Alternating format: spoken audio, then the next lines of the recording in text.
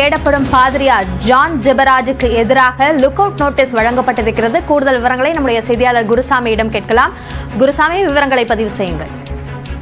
அபிநயா, கோவையைச் சேர்ந்த பிரபல மத போதகர் ஜான் ஜெபராஜ் மீது போக்சோ வழக்கானது பதிவு செய்யப்பட்டிருந்தது. அவர் கடந்த சில மாதங்களுக்கு முன்னர் தனது வீட்டில் 17 வயது மற்றும் 14 வயது சிறுமிகளை பாலியல் சீண்டலில் ஈடுபட்டார் என்ற புகாரின் பேரில் கோவை அனைத்து மகளிர் காவல்துறையினர் ஜான் ஜெபராஜ் மீது போக்சோ வழக்கு பதிவு செய்து அவரை தேடி வருகின்றனர். 2 தனிப்படைகள் அமைக்கப்பட்டு அந்த தனிப்படைகள் தென் மாவட்டங்களில் தேடுதல் வேட்டையில் ஈடுபட்டு வருகிறார்கள். கன்னியாகுமரி மற்றும் தென்காசி மாவட்டங்களில் இந்த தனிப்படை போலீசார் ஜான் ஜெபராஜை தேடி வரக்கூடிய நிலையில் அவர் தற்பொழுது வரை காவல்துறையின் வசம் சிக்கவில்லை. இந்நிலையில் அவர் வெளிநாடு தப்பி செல்வதற்கான வாய்ப்புகள் இருப்பதாக தெரிய வந்ததை தொடர்ந்து தற்பொழுது கோவை மாநகர காவல்துறை சார்பில் லுக் அவுட் நோட்டீஸ் ஆனது வழங்கப்பட்டிருக்கிறது.